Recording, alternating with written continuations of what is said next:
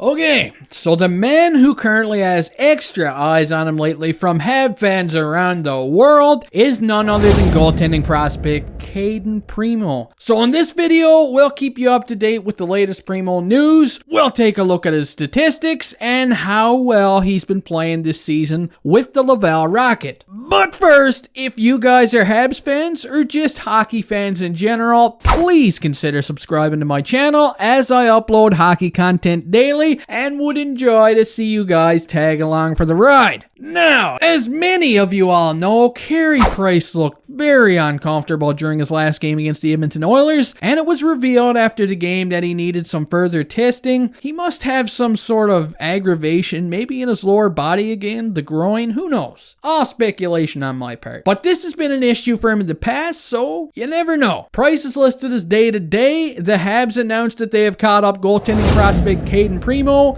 from the AHL's Laval Rocket, and let me tell you, this guy has been an absolute beast so far this season down there. Everybody has been hearing about how well the Rocket has been playing. Joel Bouchard has these guys working like dogs out there. Everybody is playing their role, and he's getting the best out of everyone. Another huge reason for their success, of course, is Primeau. The Habs drafted Primeau, believe it or not, in the 7th round of the 2017 draft, and one thing I will give the Habs credit for is they've always seemed to have success drafting good goaltenders of late. There's always been a couple of good guys in the system, and Primeau is only 21 years old right now, and the man has been having a successful career so far at every level he's played. And if you're not aware of just how lucky the Habs were to find this diamond in the rough, take a look at this Sportsnet article with comments from Trevor Timmins himself.